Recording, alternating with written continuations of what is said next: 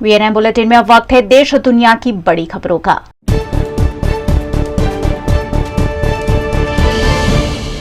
हरियाणा के पानीपत जिले के इसराना कस्बे में शुक्रवार दोपहर बड़ा हादसा हो गया। रोहतक नेशनल हाईवे पर इसराना स्थित नई अनाज मंडी के पास कट पर आई 20 कार में आग लग गई, जिसमें 3 लोग जिंदा जलकर मर गए। हादसा मोड़ काट रहे ट्रक में पीछे से टक्कर लगने की वजह से हुआ। Sonipat number HR10 AC 5675 number की कार CNG चालित थी और इसलिए टक्कर लगते ही उसमें अचानक आग लग गई। आग लगने से कार लॉक हो गई और कार में सवार 4 लोग जिंदा जल गए। हादसे की सूचना चश्मदीदों ने कंट्रोल रूम नंबर डायल 112 पर दी। सूचना मिलते ही दमकल की गाड़ियां मौके पर पहुंची और घटना पर काबू पाया।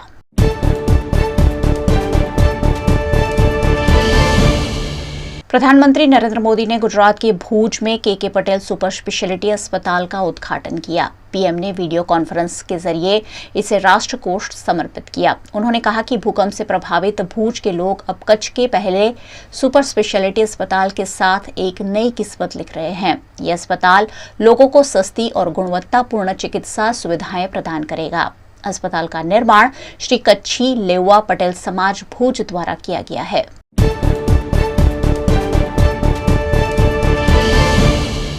इजिप्ट ने भारत को गेहूं सप्लायर के रूप में मंजूरी दे दी है। केंद्रीय वाणिज्य और उद्योग मंत्री पीयूष गोयल ने इसकी घोषणा की। उन्होंने ट्वीट कर लिखा कि इजिप्ट ने भारत को गेहूं सप्लायर के रूप में मंजूरी दी।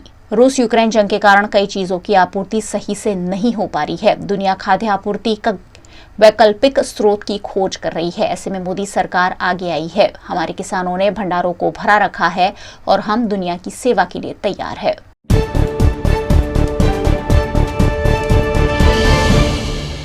मेघालय के राज्यपाल सत्यपाल मलिक ने गुरुवार को केंद्र पर निशाना साधा। उन्होंने कहा कि किसानों के मुद्दों को उठाने के लिए अपना पद गंवाने का डर नहीं है। वो मूल रूप से एक किसान है और उनकी राजनीतिक ट्रेनिंग पूर्व पीएम चौधरी चरण सिंह के नेतृत्व में हुई है। उनका मानना था कि अगर आपको किसानों के लिए कुछ छोड़ना है तो छोड़ो, लेकिन उनके लिए लड़ो और आवाज उठाओ। मलिक ने कहा कि सेवानिवृत्ति के बाद उनके पास रहने के लिए घर तक नहीं है, इसलिए वो केंद्र से लड़ सकते हैं। राज्यपाल पहले भी कृषि कानूनों को लेकर केंद्र और पीएम मोदी की आलोचना कर चुके हैं।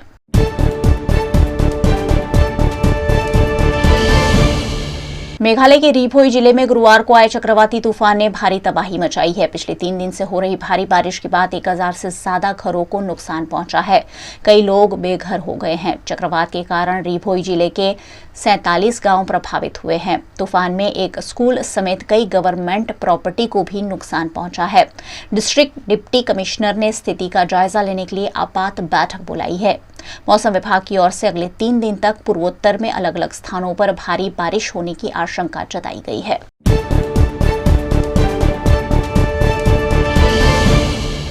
अरुणाचल प्रदेश में भूकंप के झटके महसूस किए गए हैं। रिक्टर स्केल पर इसकी तीव्रता 5.3 दर्ज की गई।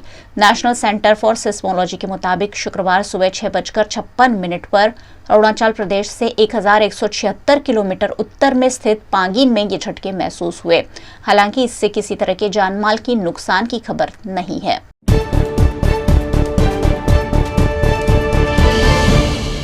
अभिनेत्री सोनम कपूर के ससुराल से 2.41 करोड़ की ज्वेलरी और कैश चोरी के मामले में सनसनीखेज खुलासा सामने आया है। आरोपी नर्स करीब 8 महीने तक ज्वेलरी और कैश की चोरी करती रही, और वो भी सोनम कपूर की सास सरला आहूजा को नींद की गोलियां खिलाकर। दिल्ली पुलिस की अपराध शाखा की टीम ने इस मामले चोरी की ज्वेलरी खरीद करने वाले ज्वेलर्स देव वर्मा को भी गिरफ्तार कर लिया है। इस मामले अब तक 3 गिरफ्तारी हुई है। आरोपियों के कब्जे से करीब 1 करोड़ रुपए की ज्वेलरी बरामद भी की गई है।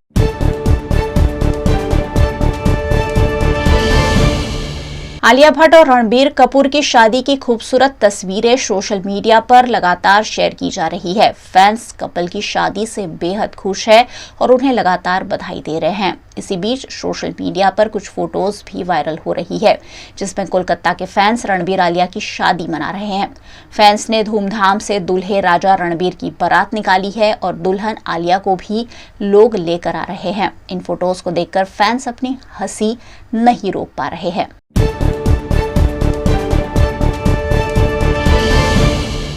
गुजरात में विधानसभा चुनाव के मद्देनजर इन दिनों सियासत काफी उबाल पर है। गुजरात कांग्रेस में विवाद के बीच अब आम आदमी पार्टी ने हार्दिक पटेल को उनकी साथ जुड़ने का ऑफर दिया है। आम आदमी पार्टी के स्टेट चीफ ने इस पर कहा कि हार्दिक पटेल हमारे साथ आ जाएं और हम मिलकर भारतीय जनता पार्टी से लड़ेंगे। इसी बीच हार्दिक ने ट्वीट कर लिखा कि अफवाह थी कि तबीयत खराब है मेरी, लोगों ने पूछ पूछ कर बीमार कर दिया। हार्दिक पटेल का ये ट्वीट कहीं न कहीं बड़ी निशानदेही है। लगातार हार्दिक पटेल कांग्रेस के खिलाफ आवाज उठा रहे हैं और ऐसे में उनके अन्य दल से जुड़ने की अटकलें तेज होती जा रही है।